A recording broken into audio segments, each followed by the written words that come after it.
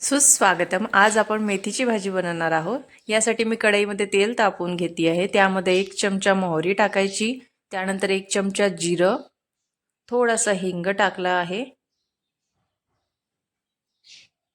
आणि मी लसणाच्या 4-5 पाकळ्या घेतल्या आहेत सोलून आणि 4-5 मिरच्या घेतल्या आहेत। त्या मी बारीक अशा चॉप करून त्या ॲड करून घ्यायच्या तेलामध्ये। आता छान असं लालसर रंग येतपर्यंत शिजू द्यायचं लसूण। आता यामध्ये मी मीडियम साईजचा एक कांदा घेतलाय, तो बारीक चॉप करून घेतलाय, त्याला पण आपण तिथे ॲड करूया आणि छान तेलामध्ये असं परतून घ्यायचं आहे। कांदा छान लालसर झालेला आहे। आता चवीपुरतं मीठ आणि हळद टाकून घ्यायची। त्यानंतर मी छोटा असा एक टोमॅटो घेतला आहे, ऑप्शनल आहे, तुम्हाला आवडत असेल तर तुम्ही टाकू शकता। त्यानंतर वाफेवर ही फोडणी छान शिजू द्यायची। तेल सुटतपर्यंत छान शिजलेलं आहे।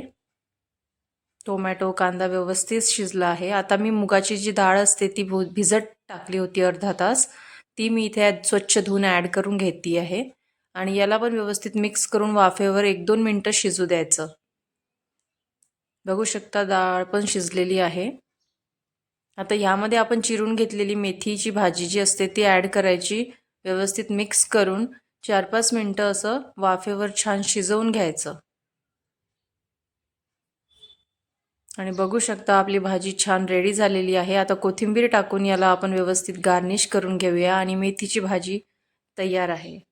तुम्हाला रेसिपी कशी वाटली नक्कीच मला कळवा आणि थँक्स फॉर वॉचिंग।